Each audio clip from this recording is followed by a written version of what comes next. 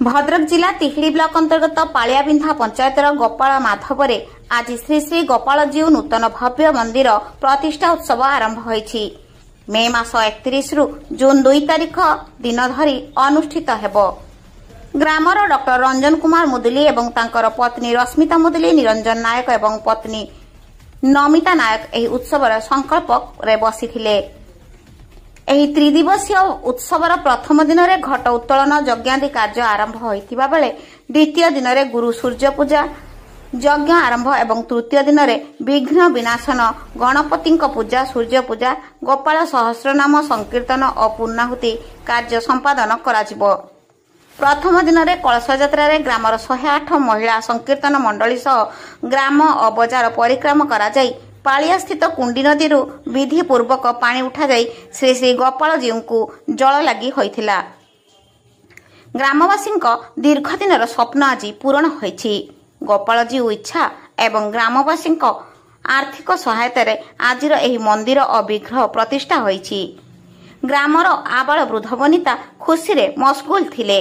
Grammar निर्मल महापात्र, क्षीरचंद्र महापात्र, मदन मोहन मुदुली, भगवान महाकुड़, ज्ञानेन्द्र दास महापात्र, क्रांति भूषण मुदुली, निरंजन सेठी, प्रकाश सेठी तथा ग्रामवासी सहयोग में आज यह वार्षिक उत्सव कार्य संपूर्ण होगाकू जाउछि। तत्सहित 3 दिन धरी हजार हजार भक्तों पर प्रसाद सेवन मध्य व्यवस्था करा जाइछि। कौन कहबे आज गोपाल जी कलश बुड़ा कौन कहबे?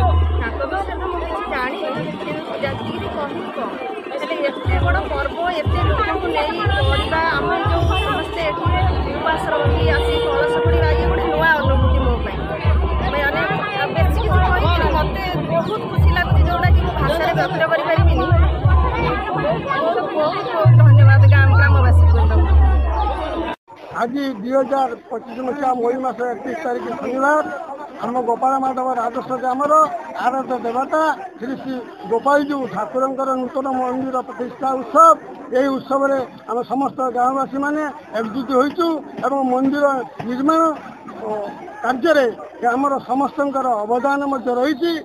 जो संपादन मंदिर टी आज पूर्णांग होती से डॉक्टर रंजन कुमार मुदुली, मदन मोहन मुदुली, निर्मल महापात्र, प्रभात दास, भगवान महाकुड़, विभूति भूषण मुदुली, कृष्णकाश महापात्र और अन्य माने आसंता 3 दिन धरी जो उत्सव पालन करने स्थिर करूँ से समस्त श्रद्धालु भक्त मानक प्रसाद सेवन व्यवस्था करमको आखपाखर समस्त अंचलवासी सहानुभूति प्रदर्शन कर मो निज तरफ तथा गाँववासी तरफ कृतज्ञता ज्ञापन कर। परिचय टी मो ना निर्मल कुमार महापात्र ग्राम अधिवासी अटे। ये गोपालजी नुहति स्वतंत्र भाव कहले ये भगवान श्रीकृष्ण अवतार।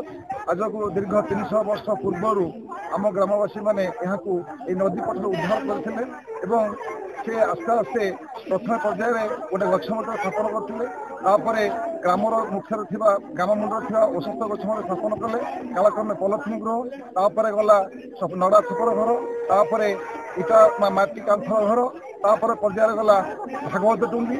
वर्तमान आज 31/5/2025 मसीहा से आशीर्वाद पूर्णांग रूप ने जाऊँगी। आम जो 3 दिन रखीचु आज तार प्रथम दिवस कलश शोभा यात्रा और अंकुरोत्पन्न हो आसंता काली द्वितीय दिवस गायत्री यज्ञ और विभिन्न प्रकार गोपाल सहस्रनाम। भद्रक सुब्रजित पाल रिपोर्ट ओडिशा 24 खबर। चैनल को लाइक करंतु, सब्सक्राइब करंतु।